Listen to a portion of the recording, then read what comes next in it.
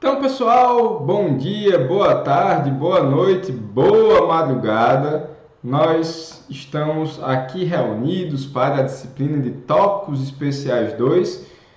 Se eu não me engano, hoje é o dia 18 de agosto de 2020, ou pelo menos essa aula estará disponível para vocês neste dia. E eu queria agradecer pela sua companhia. 10º semestre para a grande maioria de vocês está chegando ao fim, estamos terminando um sonho que foi construído durante anos e que está chegando bem pertinho de vocês colherem os seus frutos. Para quem ainda não me conhece, eu sou o professor William II e agora nós iniciamos a nossa aventura da disciplina estudando aqueles assuntos que vocês escolheram no final do semestre passado, ou pelo menos foi disponibilizado para a grande maioria de vocês participarem aí do processo democrático. Ah, professor, mas eu não votei. Legal. Acontece. A gente também acaba não votando em alguns presidentes, em alguns governadores, em alguns prefeitos que acabam chegando. A gente até reclama, e é nosso papel democrático de fazer isso, mas nós temos que levar a vida adiante e lutar por melhorias. Nada impede, apesar de a gente já ter discutido nosso cronograma, já ter discutido lá na live o nosso plano de ensino, de repente a gente fazer alguns ajustes pontuais, tudo bem. Mas, grosso modo, os assuntos que nós vamos dar ênfase são aqueles que foram os mais votados. Inclusive, meus amigos, eu já devo ter explicado isso para vocês na live.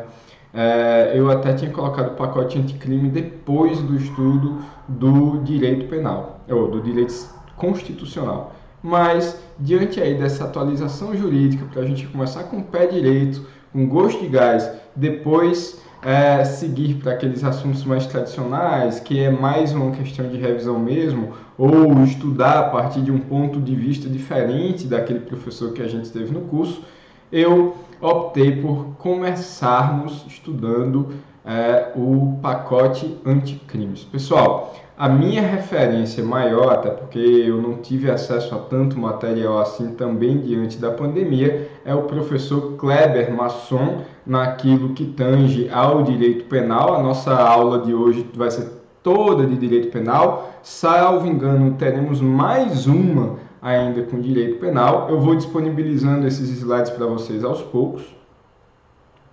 E Kleber Masson, direito penal. Por processo penal é o professor Renato Brasileiro, tá bom? Então essa é a minha referência para vocês. Tentem procurar os materiais desses dois professores. Eu tenho bastante confiança, são professores bem didáticos nas suas aulas e também no seu material escrito.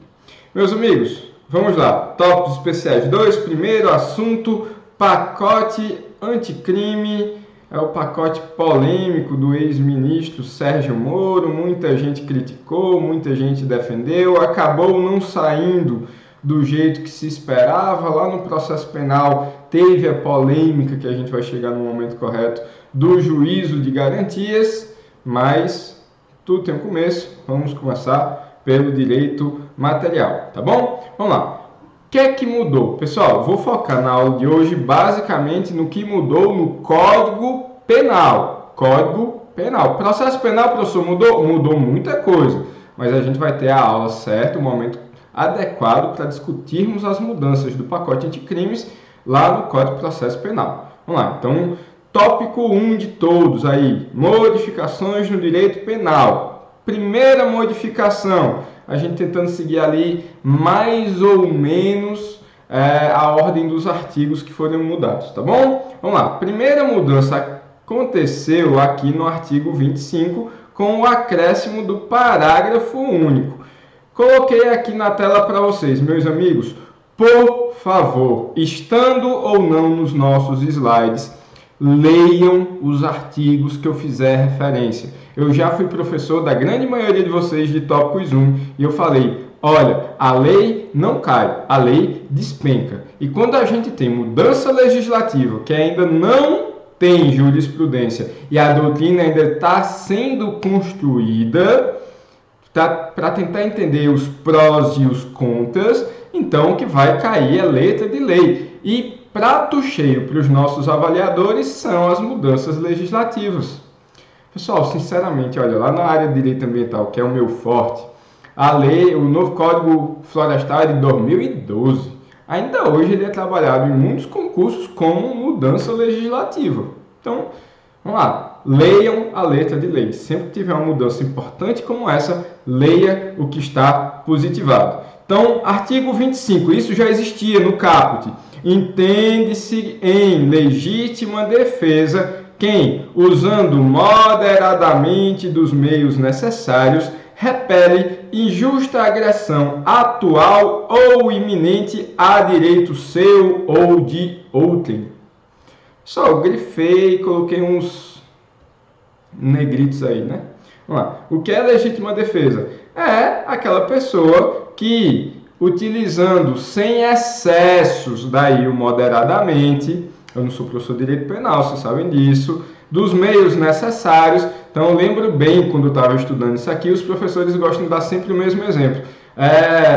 Tem um cara desses que malha na academia, fortão, que levanta lá seus 200 quilos no supino, os famosos armários, né? O leão. E aí ele chega uma senhorinha de seus 80 anos e diz: passa a carteira. E aí o cara saca uma arma e atira na velhinha. Sério que ele precisava sacar a arma para se defender da velhinha, que apenas o ameaçou com a voz? Então a gente tem ali um excesso, tá bom? Mudou isso, professor? Não. Continua sendo trabalhada a legítima defesa nos mesmos moldes. Se você exceder aos meios necessários para repelir injusta agressão que pode ser atual ou iminente, ou seja, iminente tratado como uma ameaça de agressão a direito seu, que seria a legítima defesa própria, e ou de outrem, legítima defesa de terceiros, tá bom? Isso já existia, não mudou. Se você precisa aprofundar o assunto sobre legítima defesa, anota as suas perguntas, a gente pode discutir alguma coisa, volta lá na doutrina, volta lá nos seus cadernos, estuda a legítima defesa, tá bom? Mas eu destaco isso para vocês. O que foi que mudou? Acrescentou o parágrafo único e diz que, olha, observados os requisitos previstos no caput, ou seja, no que já existia, deste artigo, considera-se também legítima defesa o agente de segurança pública que repele a agressão ou o risco de agressão à vítima mantida refém durante a prática de crimes.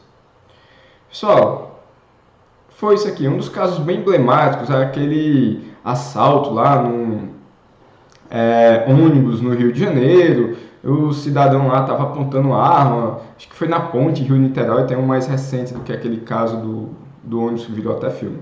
E aí o policial chegou lá com o rifle, o sniper, né, como a galera gosta de dizer, e atirou, e o cara morreu, o agressor, e a vítima escapou. Ok.